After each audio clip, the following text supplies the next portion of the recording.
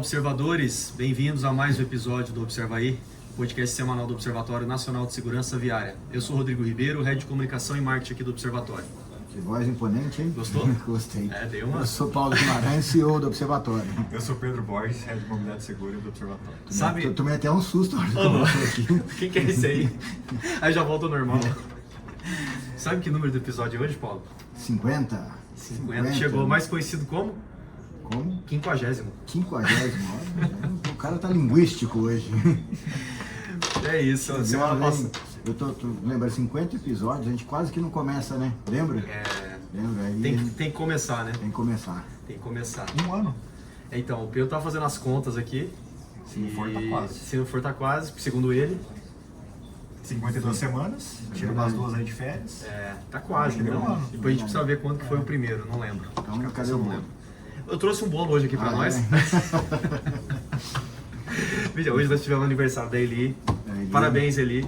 Ali, não pode falar a idade de mulher, mas eu vou falar só a idade que ela aparenta. Uns 30 no máximo, né? No máximo. A Eli é fera. A energia, pelo menos, é de 25. 18. Ela não para? Mais que a minha. Bom, semana passada tivemos a ausência do Paulo. Estava viajando, né, Paulo? Por um bom motivo, e eu já ouvi que vocês falaram isso já, porque eu assisto todos os nossos podcasts, então obrigado pela deferência. Então tá, daqui a Não pouco me o Paulo xingaram. fala um pouquinho como foi a semana lá no Nordeste, em João Pessoa. Mas não me lembro se nós falamos sobre esse assunto em algum episódio, ou foi em alguma reunião, em off, alguma entrevista sua, inclusive. Não, foi num episódio, foi um dos últimos do ano passado. Eu não lembro se ele era o tema principal. Pode ser que sim, pode ser que sim. Mas enfim, a Câmara dos Deputados aprovou aí na terça-feira a volta do DPVAT.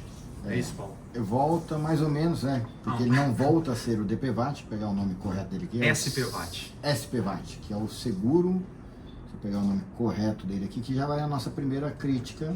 Né? Sim. É um detalhe, mas eu Sim, acho que é sim. importante. Já poderiam, É né? o SPVAT, é o seguro obrigatório para proteção de vítimas de acidentes de trânsito.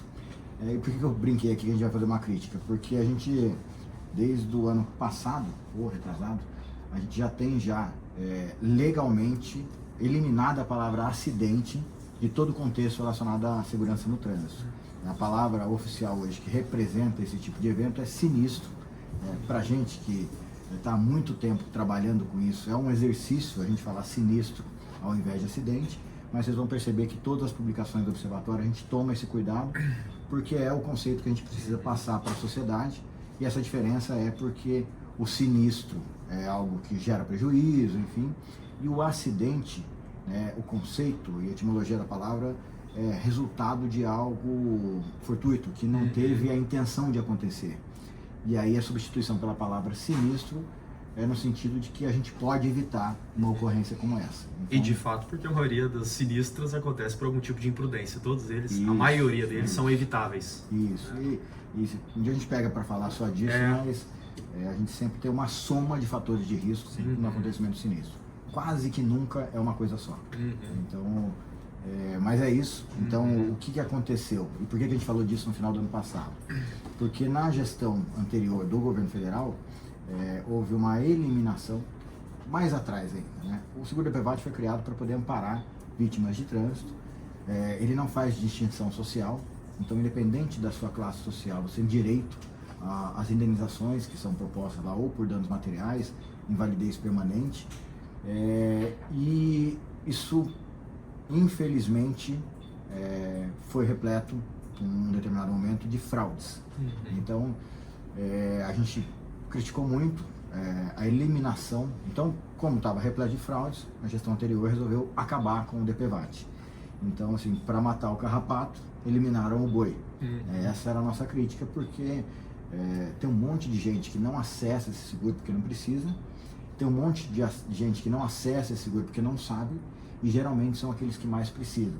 Você imagina uma pessoa aí de baixa renda, uma pessoa que não tem condição econômica de comprar uma prótese, por exemplo, e ela foi vítima de um sinistro de trânsito, ela entra na fila do SUS para poder receber essa prótese, e a gente sabe que a fila é longa e pode ser que ela morra e não receba essa prótese.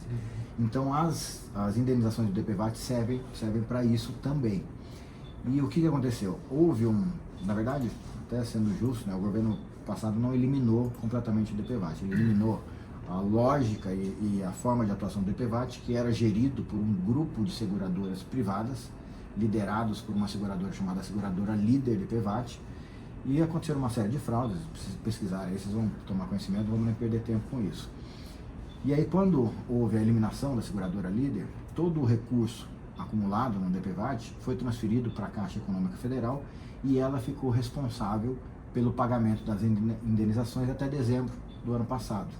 E quando a gente falou desse assunto é porque o decreto presidencial que definia essa lógica de operação do DPVAT via Caixa Econômica Federal expirava no dia 31 de dezembro e não tinha nenhuma ação em andamento para substituí-lo. Ou seja, ia acontecer o que acabou acontecendo. Todo mundo que foi vítima de algum tipo de sinistro de trânsito a partir do dia 1º de janeiro de 2024 até agora não está recebendo indenização. Então foi aprovada agora essa lei, teve uma emenda na lei que resolveu esse problema. Então a emenda do relator, na verdade o deputado Rubens Pereira Júnior, lá do Maranhão, ele incluiu uma emenda dizendo o seguinte: assim que começar a funcionar o SPVAT, ele vale para indenizar as vítimas a partir do 1º de janeiro de 2024. Então, parabéns aí para o Congresso Nacional que está encaminhando esse assunto para poder amparar as vítimas de trânsito, e isso vem num momento muito oportuno, né, às vésperas do Maio Amarelo. Então é algo a se comemorar nesse processo de proteção às vítimas. O projeto ainda passa lá no Senado, mas o primeiro passo aí foi dado pela Câmara. E existe uma certa pressão social agora para que isso ande rápido, tem uma sensibilização dos parlamentares com relação à matéria, então eu acho que em breve caminha para a efetivação dessa lei e aí reparação desses danos aí para as vítimas de trânsito a partir do 1º de janeiro de 2024. Beleza, depois a gente traz aí as atualizações aqui para vocês. Paulo, o que você foi fazer? Como foi lá a estadia em João Pessoa? A praia, foi encontrar com a Bimadab, né? Fui encontrar com a Bimadab, encontrei. Nossa, foi uma satisfação enorme encontrar com a Bimadab lá e com uma série de outros observadores, né? Foi parceiros, né? Parceiro, né? A gente comentou isso na semana retrasada, antes de eu ir, né? Tudo estava acontecendo em João Pessoa.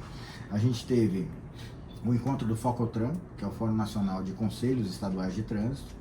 A gente teve o END, que é o Encontro Nacional de Detrans, e a gente teve a reunião do Fórum Nacional de Secretários de Mobilidade, que daí envolve os secretários e dirigentes de mobilidade urbana, né, essencialmente dos municípios. Então foi uma grande oportunidade que a gente teve de apresentar a campanha do Maio Amarelo 2024, foi muito legal, foi emocionante.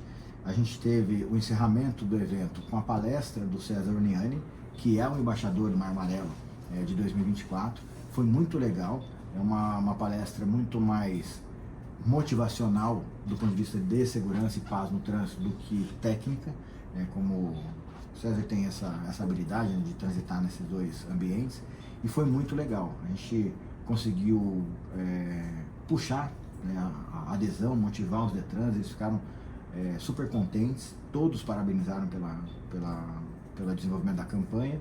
E aí na sequência eu tive uma reunião muito legal também com o diretor-presidente do Detran da Paraíba, o Dr. Isaías, com a doutora Roberta, que é a diretora de operações do Detran da Paraíba também, e com a Ariana, que é a coordenadora de educação para o trânsito. Então a gente está trabalhando agora também com o Detran da Paraíba para poder apoiar o Estado nas ações, principalmente as ações educativas e campanhas de conscientização. Então foi muito produtivo. Estava contando pessoal aqui que eu tive a oportunidade lá na Paraíba também de ser abordado na Blitz de Lei Seca. Esperei a vida inteira para ter esse momento para isso. E é muito legal porque eles têm a operação de Lei Seca lá. É bem efetiva, é um dos principais programas de segurança do trânsito do Estado. Então foi muito legal, foi um prazer ser abordado na Blitz Lei Seca, logicamente que eu estava com zero álcool, né, e aí eu até brinquei com a minha esposa, eu esperei a vida inteira por isso, queria até ter filmado para poder divulgar, mas foi muito legal. E a Paraíba está de parabéns, a Abimadabi, eu passei por Cabedelo também, que é coladinho ali com... Nós ficamos sabendo de todos os seus passos lá pela Abimadabi. A Abimadabi foi contando. Legal.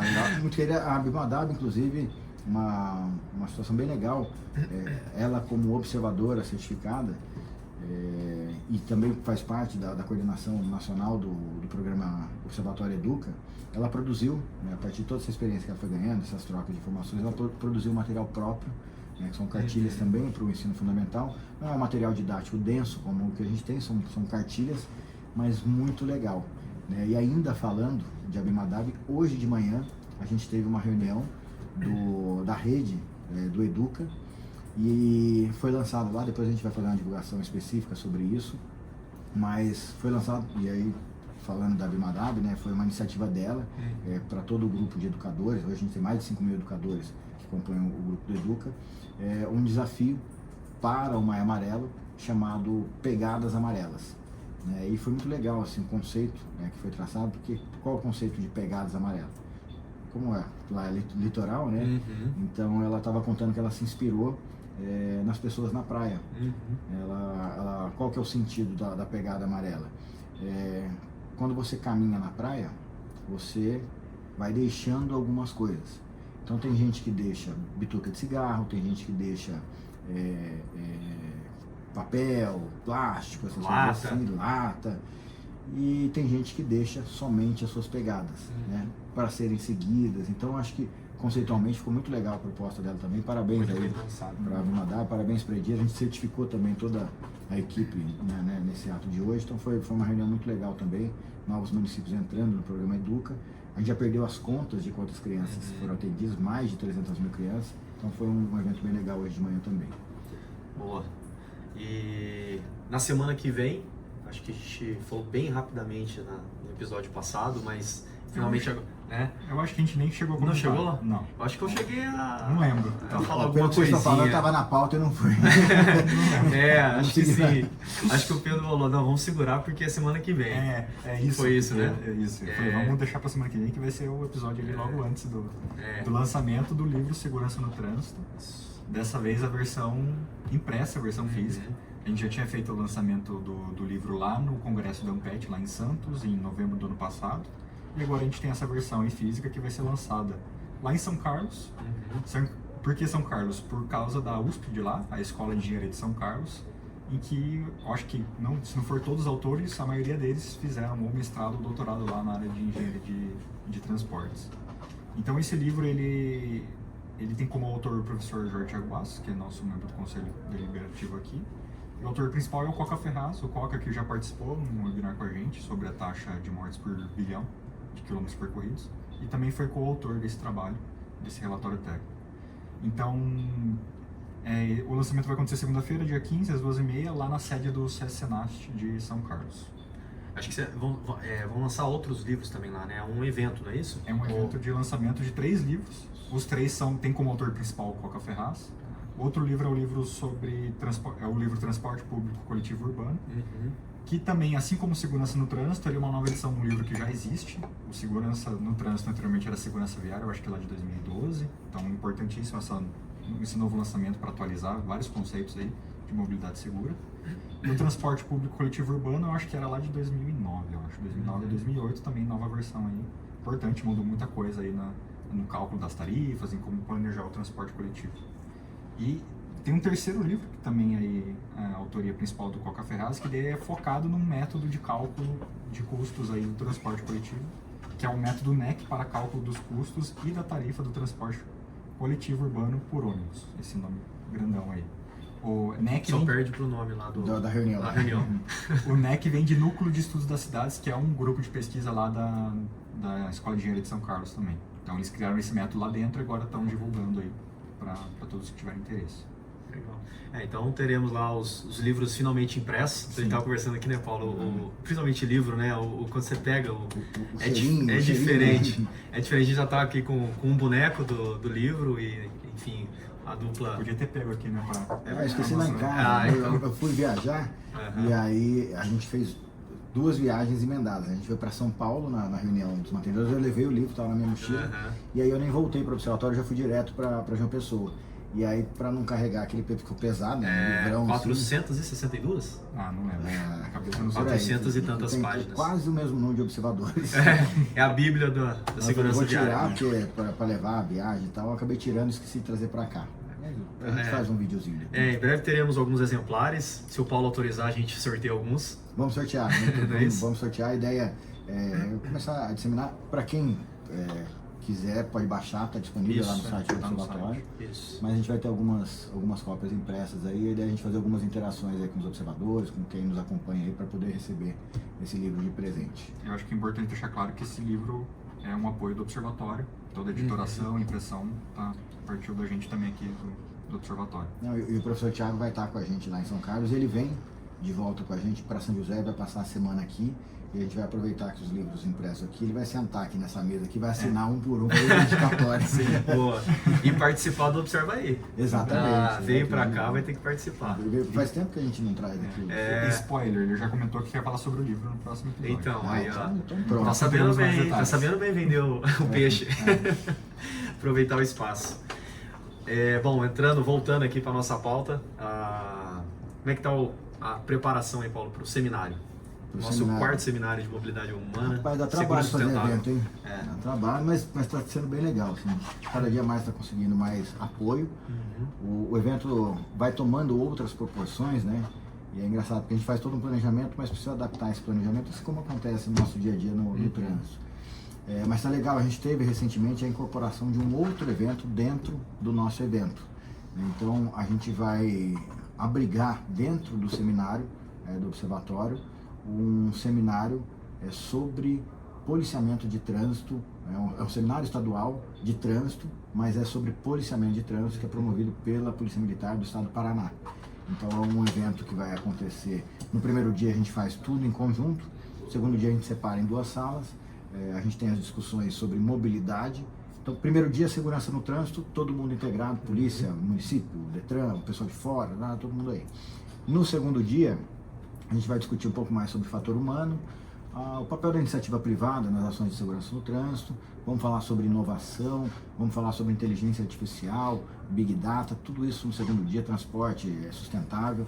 Um painel muito legal que vai acontecer lá, os desafios do desenvolvimento da mobilidade nos diferentes contextos urbanos.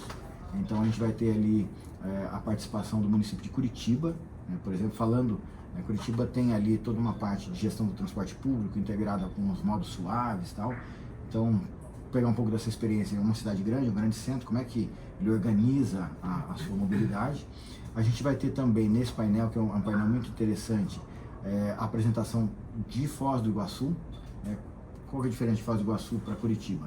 Foz do Iguaçu tem uma influência internacional muito forte, tá ali na fronteira, tem paraguaio e argentino o tempo todo, mora no Foz do Iguaçu, trabalha e vice-versa. Então, como é que você faz a gestão do trânsito de até hoje, assunto polêmico também dessa semana, a placa Mercosul, até hoje a gente não conseguiu organizar as bases de dados da América do Sul para poder fazer funcionar a placa Mercosul. Então, como é que ele trata um veículo paraguaio circulando e cometendo infração aqui no Brasil? E a gente fala tanto da questão cultural, né, Paulo? Imagina de uma cidade para outra, até às vezes cidades bem próximas, sim. Imagina de um país para o outro, com regulamentações, leis diferentes, enfim. E a gente coloca neste painel um outro elemento muito importante também. A gente vai ter a participação de um dos nossos parceiros, a Abraciclo, que vai falar sobre a motocicleta e o motociclista nos diferentes cenários do Brasil. O Brasil é continental. Se a gente pegar a situação da motocicleta no Nordeste, no Norte, no Sudeste e no Sul, a gente vai ter características diferentes. E como a gente tem um foco aqui no Observatório, e a gente escolheu 2 grandes temas para permear tudo que a gente tem feito, que é o excesso de velocidade, ou o combate ao excesso de velocidade, e a segurança, a promoção da segurança de motociclistas, esse vai ser um painel super interessante lá. Mas eu acho que mais próximo do evento a gente faz destrincha os painéis, só do seminário. Só do seminário. Beleza. E o maio pra gente já começou, né, Paulo? Começou o ano passado. Quando acabou o outro. Quando acabou o do ano passado. Então, mais um lembrete, talvez principal aqui do episódio, os materiais estão disponíveis, né? Inclusive o Paulo acabou de realizar aqui uma reunião fechada aqui com um grupo de observadores, com os membros aí da rede Laço Amarelo, para apresentar a campanha, destrinchar um pouco mais a campanha, falar um pouco mais dos materiais, do que está disponível, como que as ações podem ser feitas. E os materiais estão disponíveis para todo mundo, né, Paulo? Inclusive, nesse ano, inglês, espanhol e francês também. Então, todas as peças, se você tem algum conhecido aí que queira explorar um pouco mais nesses outros idiomas, fique à vontade. Logo na home do site, já tem lá um banner dos materiais do maio. Então, é só clicar ali, preencher um formulário rapidinho ali, em 1 minutinho, e baixar todos esses materiais. Usem e abusem, né? E surgiu mais um idioma, né, no meio do caminho. O italiano, a gente tá com a logomarca italiana lá também, porque a gente tem um envolvimento muito grande no Maio Amarelo das ligas de trauma do mundo inteiro. Tanto que foi por meio das ligas de trauma que a gente conquistou um espaço no Congresso Europeu de Trauma e Cirurgia de Emergência. Vai ter um painel específico do Maio Amarelo lá. Então é muito legal e a gente acaba atendendo aí as ligas de trauma no mundo inteiro, providenciando aí a campanha nos diversos idiomas. Então, esse ano já com 5 idiomas: português, espanhol, inglês, francês e italiano. Então, fica o agradecimento aqui também para o Dr. Gustavo Fraga, que é da Liga de Traumas aqui. Eterno combatente. Está fazendo um trabalho muito bacana lá na Europa. Bom, acho que da pauta aqui é isso, da nossa agenda principal. Sentimos falta da curiosidade, Paulo, semana passada. Dos slides, não fizemos. Mas eu trouxe mais uma novidade. O que a gente vai mostrar aqui?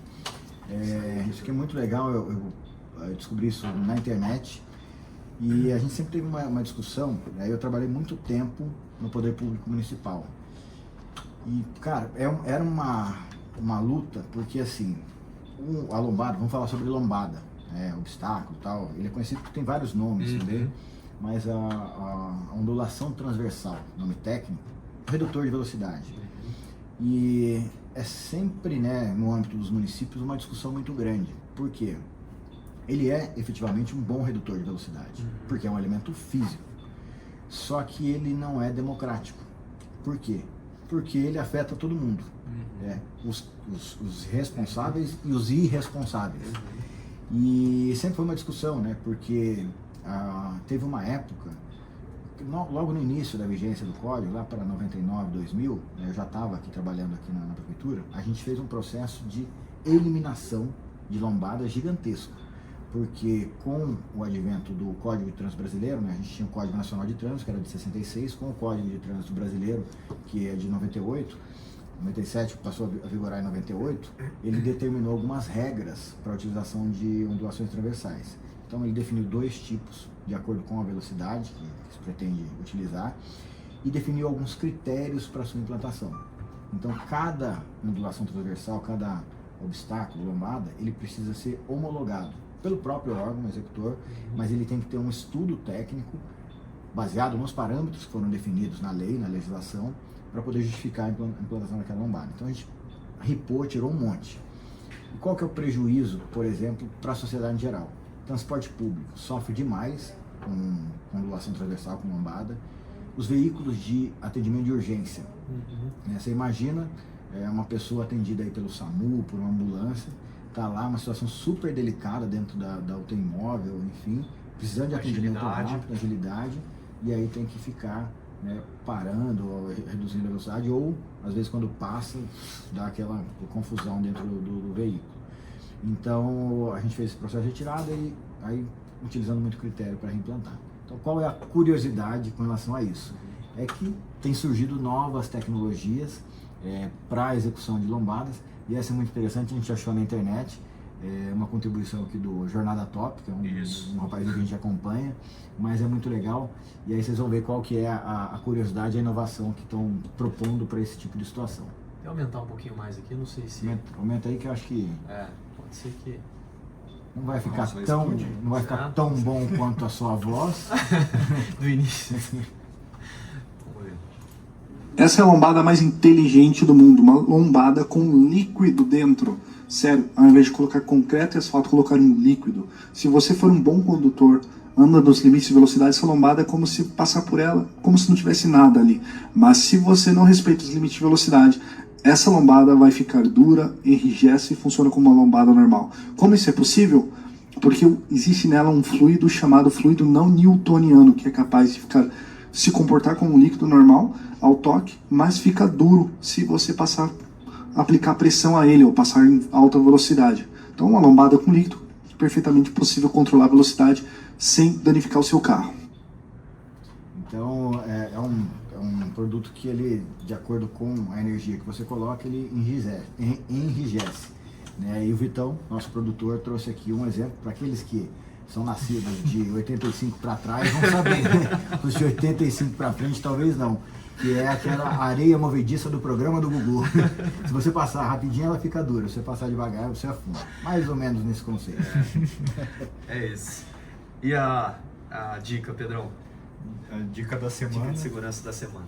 Agora eu me mudei recentemente, né? Morava no agora o assunto não. É o vereador de outro bairro. Agora o vereador do Urbanova. Lá no Urbanova E lá você vai ter vários colegas.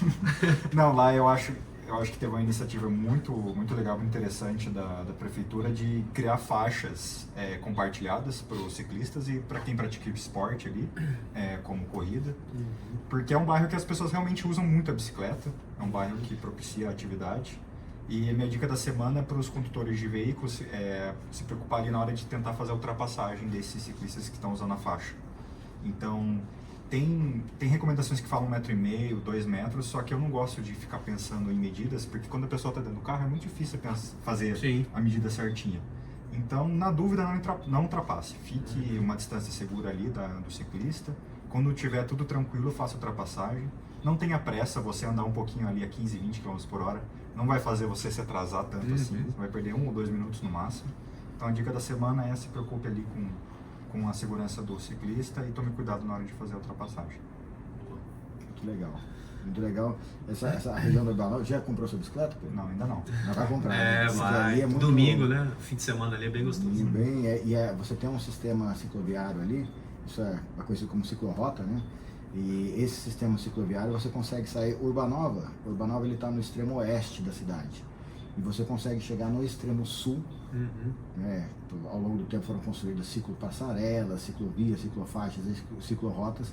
Então você sai do extremo oeste e vai até o extremo sul da cidade, todo por sistema cicloviário. São José deve ter hoje, vou chutar... Saiu de 79 para mais de 160, eu lembro. Então eu ia chutar que já devia estar chegando a 180 quilômetros de sistema cicloviário. Então tá bem legal, por isso que vai comprar sua bicicleta. Em breve. Algo mais, Paulo, de agenda? Não, acho que é isso, né? Finalizando a semana aí. A gente teve também ontem, acho que é legal citar. Eu ia puxar quando você comentou do Detran, na Paraíba, dessa proximidade que a gente tem tido com os Detrans e com os Cetrans. Recebemos ontem o Detran de São Paulo, aqui também, uma reunião presencial, que veio junto com o pessoal de uma entidade chamada Vital Strategies, que faz parte da iniciativa Bloomberg aqui no Brasil. E a gente está em conjunto construindo aí um projeto bem legal com o Estado de São Paulo, com o objetivo de incentivar os municípios a se municipalizarem e assumirem a gestão do trânsito. E aí eu quero aproveitar para, finalizando aqui nosso episódio, fazer uma reflexão que é muito interessante, que surgiu ontem de uma conversa com o Dr. Frederico, né, que esteve aqui, e que eu achei muito legal. Eu sempre pensei dessa forma, mas eu nunca tinha conseguido construir em palavras do jeito que ele colocou, e incorporei já isso no meu discurso, que é muito interessante. Quando a gente discute gestão de trânsito, com um município pequeno, a gente tem Borá, né? 900 habitantes. Município de 1.000 e poucos habitantes, 5.000 habitantes, são municípios muito pequenos, né, que talvez não tenham problema de trânsito. Depois a gente pode até fazer um levantamento, tem municípios que eles eram mortes, mas é porque é muito pequeno. Só que o que acontece? Quando a gente vai falar de gestão de trânsito com esse prefeito, né, o prefeito fala, primeiro, eu não tenho problema de trânsito aqui. Tem município que tem uma rua, né, então 4 placas de pare e uma pinturinha no chão já resolve o problema de trânsito dele. E outro, fazer a gestão do trânsito é fazer inclusive a fiscalização. Ele fala, meu município, 5.000 habitantes, o meu gabinete é na minha casa, né? As pessoas vão bater aqui para reclamar de multa, eu não quero isso porque eu não tenho problema de trânsito. Qual que é o conceito? Então, primeira coisa, o que o Estado está propondo? O Estado está propondo o seguinte, prefeito, assuma a sua responsabilidade de fazer a gestão do trânsito, se integre, porque a gente precisa começar a ter um tráfego melhor de informações, ter mais dados, Mas a parte de fiscalização, o Estado assume por meio de convênio, como já acontece, né? No Estado de São Paulo, por exemplo, tem 117 municípios que já tem convênio com o Estado para fiscalização via Polícia Militar.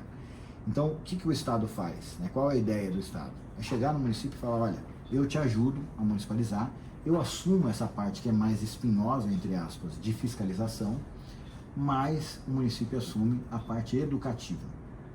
E por que isso? Porque por mais que o município não tenha problemas de trânsito, de segurança no trânsito, aquelas crianças, aqueles adolescentes vão crescer e eventualmente vão para a cidade grande para estudar, para trabalhar, para construir sua vida nos grandes centros. E se ela cresce sem o conceito da educação para o trânsito, da percepção de risco, ela vai ser uma pessoa mais exposta nesses grandes centros. Então acho que é muito legal esse conceito, da gente começar a passar dessa forma para as pessoas, né, para os gestores das cidades menores, para que eles tenham essa consciência que trabalhar a educação para o trânsito nas cidades pequenas é preservar a vida daquele jovem, daquele adolescente, daquela criança no futuro, independente do local onde ela esteja. Então é uma responsabilidade social muito grande um gestor, um prefeito assumir a gestão de trânsito. Então foi muito legal essa forma de organizar o pensamento. Bem colocado por ele. Muito bom.